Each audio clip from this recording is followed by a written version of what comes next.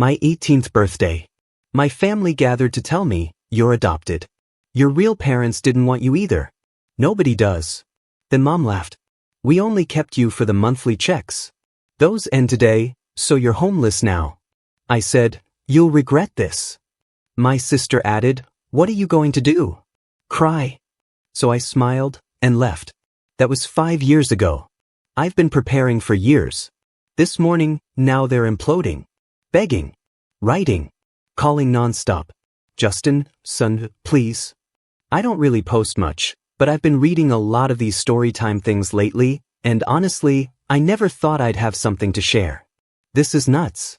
I'm not even sure if this is the right place, but whatever. I just need to get this out. I'm not looking for advice or sympathy. Just, maybe someone will get it.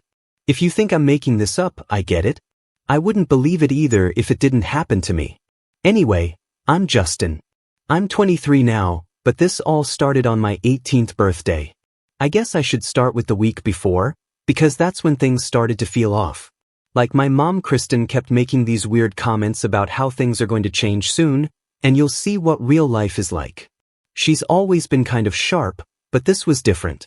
My dad, Ricardo, was barely around, just sitting in the living room, scrolling on his phone, not even pretending to care.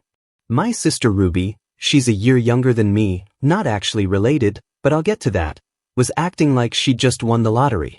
Walking around with this smug look, whispering with Mom, then looking at me like I was a bug on the wall. I thought maybe they were planning some surprise, but not in a good way. I wasn't expecting a party, but I figured maybe they'd at least do cake or whatever. I'd been saving up for months, working random gigs. I had this plan to move out after graduation anyway, but I didn't think it would be like this.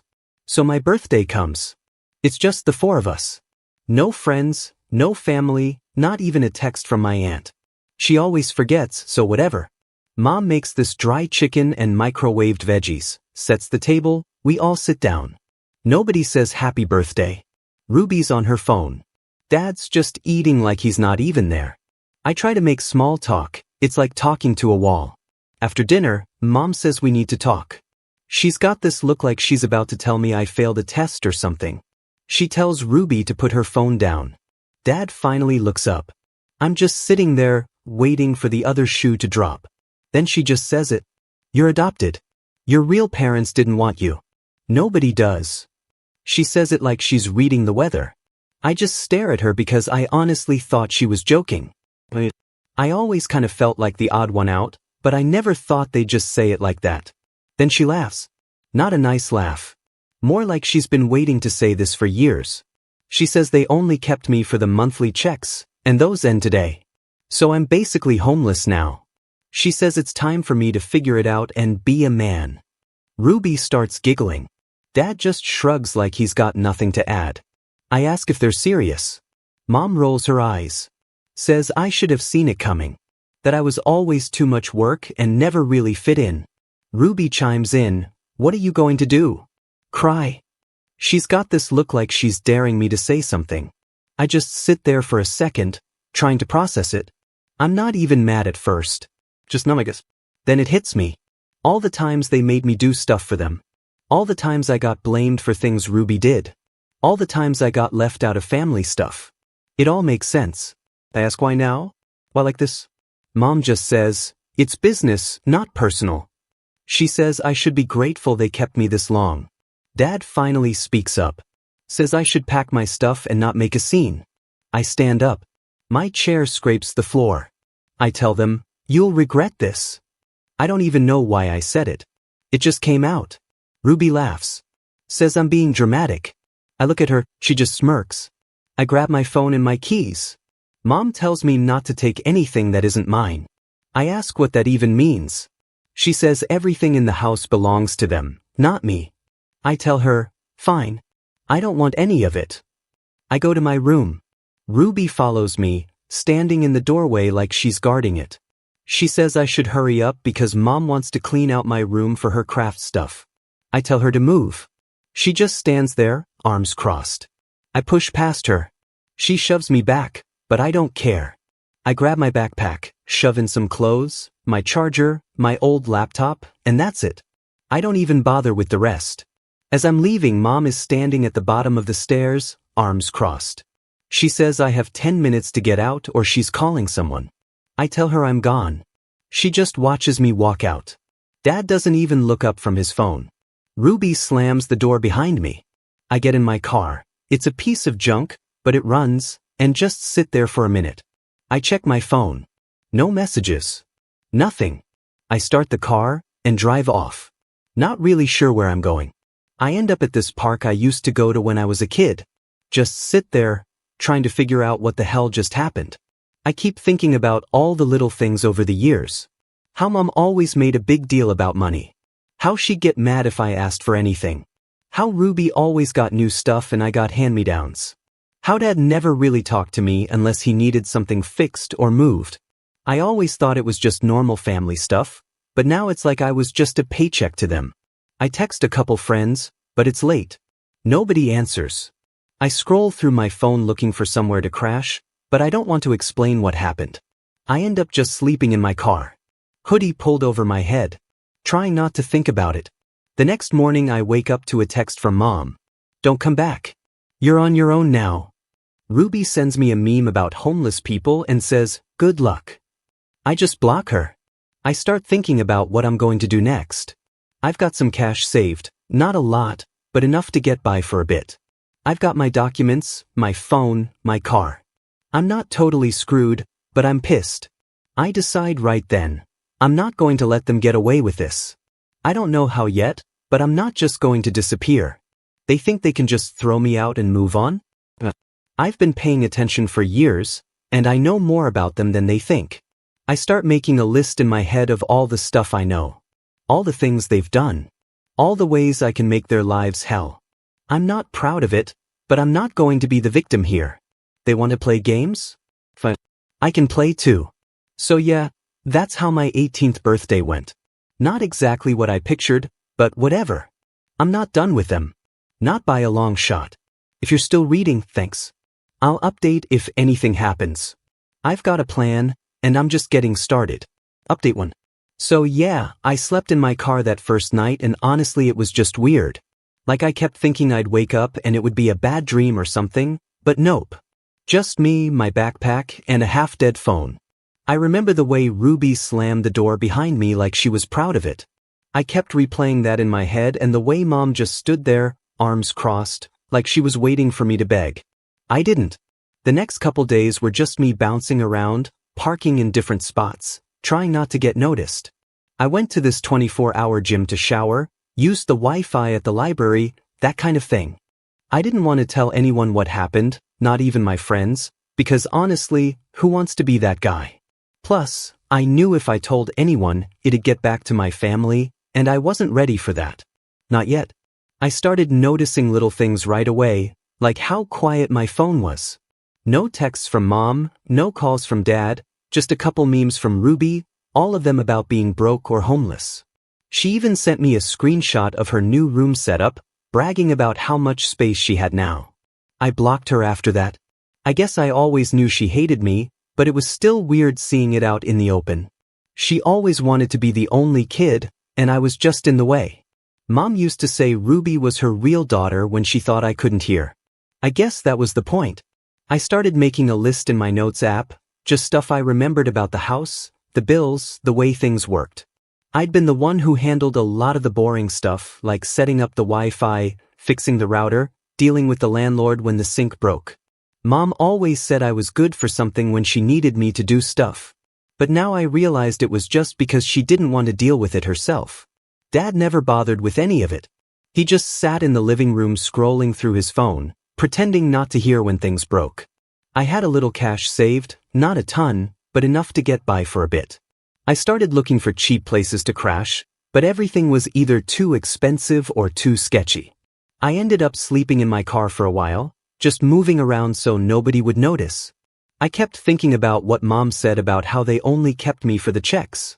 I started wondering what they were going to do now that the money was gone. I knew they weren't exactly rolling in it, and Mom was always complaining about bills. One day, I went back to the house just to see if they'd changed the locks. I parked down the street and watched for a bit. Ruby was outside talking to some friends, showing off her new room. I could hear her laughing from the sidewalk. I didn't go up, just watched for a while, then left. I started thinking about all the stuff I knew about them, all the things they'd done that nobody else knew. I wasn't sure what I was going to do yet, but I knew I wasn't just going to disappear. I started reaching out to some people, not friends, but like my Aunt Lori. She's my mom's sister, and we never really got along. But she always acted like she cared about me more than Mom did. I texted her, just said I needed a place to crash for a night. She called me right away asking what happened. I told her the basics, just that Mom kicked me out and she got real quiet. She said she'd talk to Mom, but I told her not to bother. I just needed a place to sleep. She let me stay for a night, but it was awkward. Her husband kept asking questions like, what did I do to get kicked out? Was I on drugs? That kind of thing. I just said it was family stuff. I left the next morning. After that, I started thinking more about what I could do. I knew Mom and Dad were behind on the rent because I'd seen the letters from the landlord. I knew they were late on the electric bill because I was the one who always called to get extensions. I knew Ruby was using my old laptop for school and she had no idea how to fix it if it broke. I started making a list of all the things I could mess with, all the ways I could make their lives harder. I wasn't going to do anything illegal, but I wasn't going to make it easy for them either. I started by changing the passwords on the Wi-Fi and the streaming accounts. Nothing major, just enough to annoy them.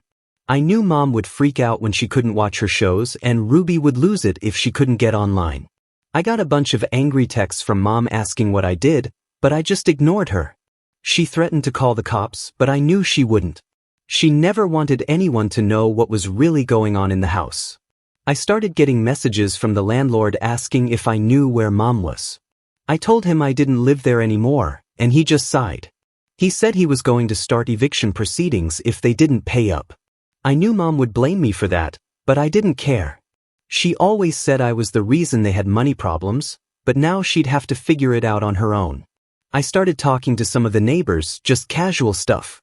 They always liked me more than Ruby because I used to help them with their Wi-Fi or fix their bikes. I didn't tell them what happened, but I could tell they knew something was up. One of them, this old guy named Frank, asked if everything was okay at home.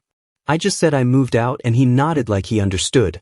He said if I needed anything to let him know. I didn't take him up on it, but it was nice to hear. I started getting more texts from Mom, all of them angry at first, then more desperate. She said I was being selfish, that I was tearing the family apart. She said Ruby was struggling in school without my help, and Dad was stressed out. I just ignored her. I knew she was only reaching out because she needed something, not because she cared. One night, I got a call from Dad. He never called, so I almost didn't answer. He just said they needed me to come home and fix the Wi-Fi, that Ruby was failing her classes and Mom was losing it.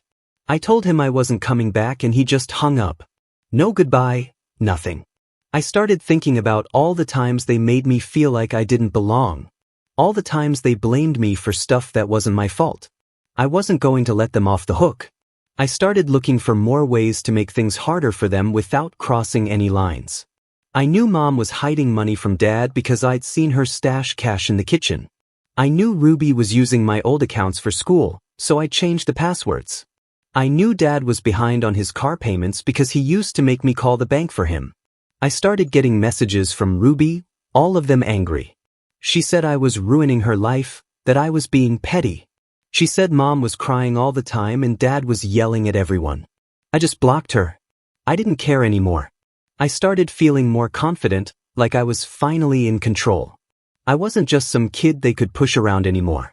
I started making plans, real plans for how I was going to get back at them. I wasn't going to do anything stupid, but I wasn't going to let them win either. The last straw was when Mom showed up at my aunt's house, banging on the door, demanding to see me. She said I was stealing from them, that I was ruining their lives. My aunt told her to leave and Mom slapped her. My aunt slammed the door in her face.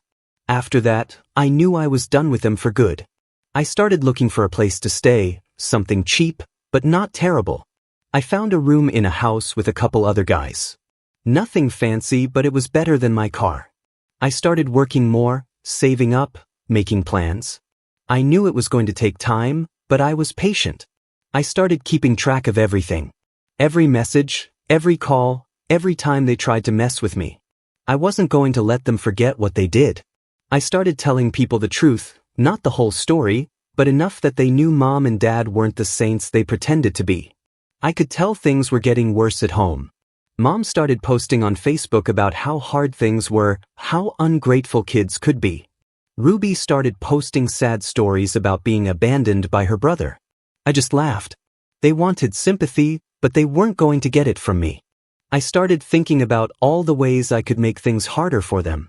All the things I could do without breaking the law. I wasn't done yet. Not even close. So yeah, that's where things stand now. I'm out. I'm on my own and I'm not looking back, but I'm not done with them. Not by a long shot. Next part's where things really start to get interesting. So, I guess this is the part where things actually start to get interesting, or at least more real. I'm not going to pretend I had some master plan from day one. But I wasn't just sitting around waiting for karma either. I was mad and I wanted them to feel it. I wanted them to know what it's like to be powerless. To have everything you count on just not work anymore. And I wanted them to know it was me. It started with little stuff, like I said before, but after a while, I realized that wasn't enough. Changing passwords and ignoring texts is just noise. They could live with that. I wanted them to feel it in their wallets and in their day-to-day. The way they made me feel like a burden for years. I wanted them to have to explain themselves to people who actually mattered to them, not just randoms online. The first weird thing that happened was when I got a call from the landlord again, but this time he sounded pissed. He said he'd been trying to get a hold of my mom for weeks and she was dodging him. He asked if I knew where she was and I just said I didn't live there anymore. He started ranting about how the rent was months behind and how he was sick of the excuses.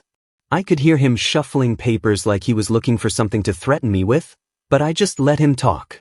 He finally said he was going to start the eviction process and I just said, "Do what you got to do, man." I knew Mom would blame me for that, but honestly, she was the one who stopped paying. She always acted like she was some financial genius, but she was just good at hiding stuff from Dad and yelling at Ruby until she did what she wanted. Dad never paid attention to anything unless it was about his car or his phone. I guess that's why they always needed me to handle the boring stuff because they couldn't be bothered. I started thinking about all the stuff I knew about them. All the things they'd done that nobody else knew, like how Mom used to take cash from Ruby's birthday cards or how Dad would borrow money from neighbors and never pay it back. I started making a list just in case I needed it later. I wasn't sure what I was going to do with it, but it felt good to have something on them for once. Then I started getting messages from Ruby, but not the usual memes or insults. She was actually asking for help. She said her laptop was acting up and she couldn't get her school stuff to work. She said Mom was freaking out because the Wi-Fi was down again and Dad was yelling at everyone. I just left her on read. I knew she'd figure it out eventually or she'd just blame me like always. A couple days later, I got a call from my Aunt Lori. She said Mom had called her crying saying I'd ruined everything and that the family was falling apart. Lori asked if I could just go over and help them out just this once to keep the peace. I told her no, and she got quiet. She said she understood, but I could tell she didn't really get it. She still thought of Mom as her big sister, not the person who kicked her own kid out for money. I started hearing from people in the neighborhood too. Like Frank from down the street messaged me on Facebook asking if everything was okay at home. He said he'd seen Mom yelling at the landlord in the driveway and that Dad was just sitting in the car not saying anything. I just said I didn't live there anymore. And he said he was sorry to hear that. He didn't ask for details, which I appreciated. Then things started to get messy. Mom started posting on Facebook about how hard things were, how she was struggling to keep the family together, and how some people just don't appreciate what they have. She didn't mention me by name, but it was obvious. Ruby started posting sad stories about being abandoned by her brother, and her friends started messaging me asking what happened. I just ignored them. I started getting more calls from the landlord and then from the electric company. They were looking for someone to pay the bills and I just kept telling them I didn't live there anymore. I knew Mom was getting desperate because she started texting me at all hours begging me to come home and fix things. She said she was sorry, that she didn't mean what she said, that she just needed help. I didn't answer. One night, I got a call from Dad. He sounded tired, like he hadn't slept in days. He said Mom was losing it, that Ruby was failing her classes, and that the landlord was threatening to kick them out. He said he needed me to come home and help just for a little while. I told him no, and he just hung up. Then Ruby showed up at my place. I was living in this shared house with a couple of other guys. Nothing fancy, but it was mine. She just showed up one night, banging on the door, yelling at me to come out. One of my roommates answered and told her to leave, but she just kept yelling.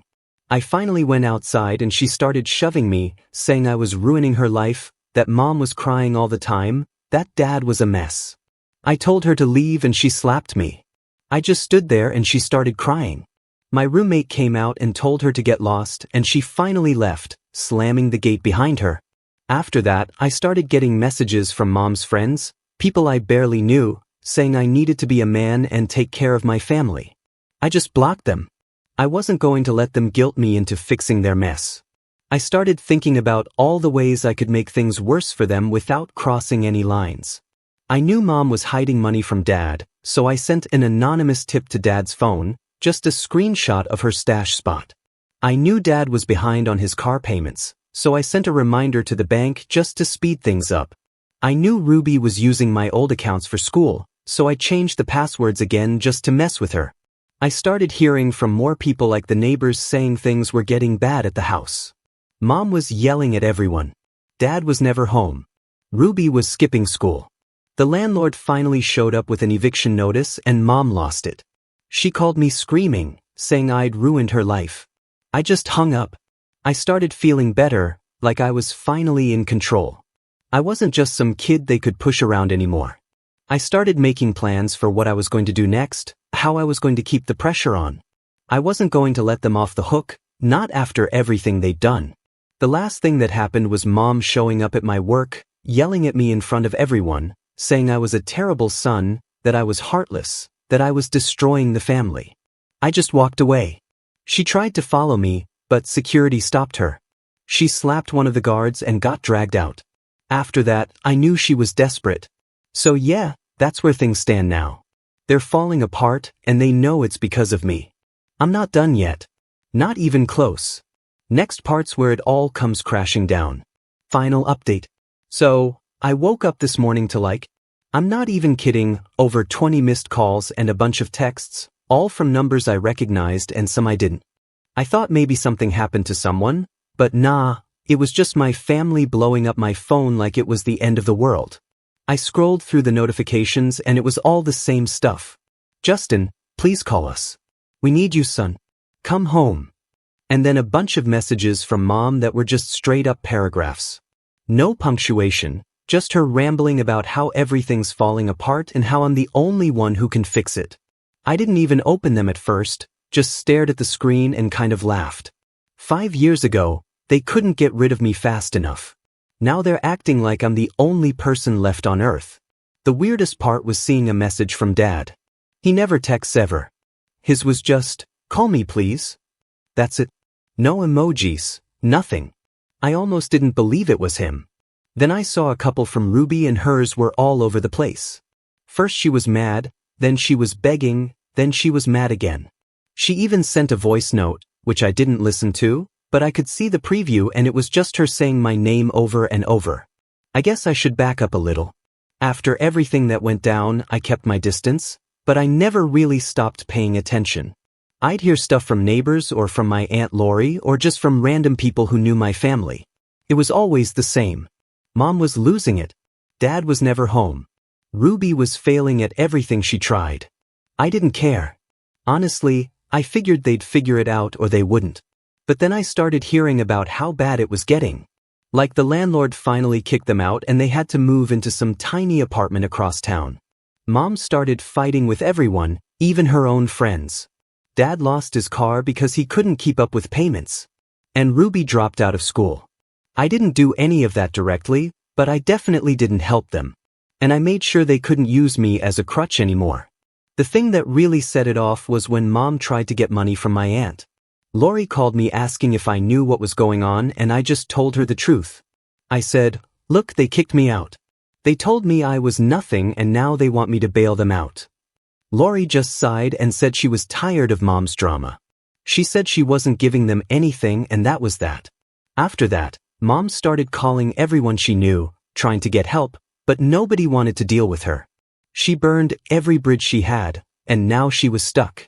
I started getting messages from people I barely knew, like old neighbors or friends of the family, asking if I was okay, if I needed anything. I just said I was fine. I didn't want to get into it. But it was weird seeing how fast people turned on my family once they realized what was really going on. I guess people always knew Mom was a piece of work, but nobody wanted to say it out loud until now. The last straw was when Mom showed up at my place. I was just sitting in the living room scrolling through my phone and I heard banging on the door. I looked through the peephole and saw her standing there, hair a mess, eyes wild, just pounding on the door like she was going to break it down. I didn't open it. I just stood there and watched her. She started yelling, saying she needed to talk to me, that she was sorry, that she just wanted her family back. My roommate came out and asked what was going on, and I just said, "Don't worry about it. She'll leave." Mom kept yelling. Then she started crying. Then she started cursing me out. Finally, she just sat down on the steps and put her head in her hands. I waited like 10 minutes, then opened the door and told her to leave. She looked up at me, eyes all red, and said she was sorry, that she didn't mean any of it, that she just needed help. I told her, "You made your choice. You kicked me out. You told me I was nothing. And now you want me to fix your mess." Not happening. She tried to stand up and grab my arm, but I pulled away. She slapped me hard and I just stood there. I didn't say anything. She started crying again, then got up and walked away, slamming the gate behind her. After that, the calls and texts got even worse. Dad started calling, leaving voicemails saying he was sorry, that he just wanted to talk. Ruby sent me a bunch of messages saying she missed me, that she was sorry for everything, that she just wanted her brother back. I didn't answer any of them. I blocked their numbers. Blocked them on everything. I was done. I started thinking about why they treated me the way they did. I guess it was always about money. Mom never wanted me. She just wanted the checks. Dad just went along with whatever Mom wanted because it was easier than fighting. Ruby hated me because she thought I was taking attention away from her. It was never about family. It was always about what they could get from me. Once the money was gone, I was gone too. I know some people are going to say I should forgive them or that I should try to fix things, but I don't see the point. They made their choice. They wanted me gone and now they got what they wanted. I'm not going to be their safety net. I'm not going to let them use me anymore. The weirdest part is I don't even feel bad about it. I thought I would, but I don't. I don't know, free I guess. Like I finally got out from under their thumb. I don't have to worry about what they think or what they want or what they need. I can just live my life. So yeah, that's where things are now. My family is falling apart and they're begging me to come back, but I'm not going. I'm done. I don't know what's going to happen to them. And honestly, I don't care. They made their bed. Now they can lie in it. If you're still reading, thanks. I know this was a lot, but I just needed to get it out. I don't know if there's a lesson here or whatever, but I guess if there is, it's that you don't owe anyone anything just because they share your last name. Sometimes family is just people who happen to live in the same house. Sometimes it's not even that. Anyway, I'm moving on. I've got my own life now and I'm not looking back.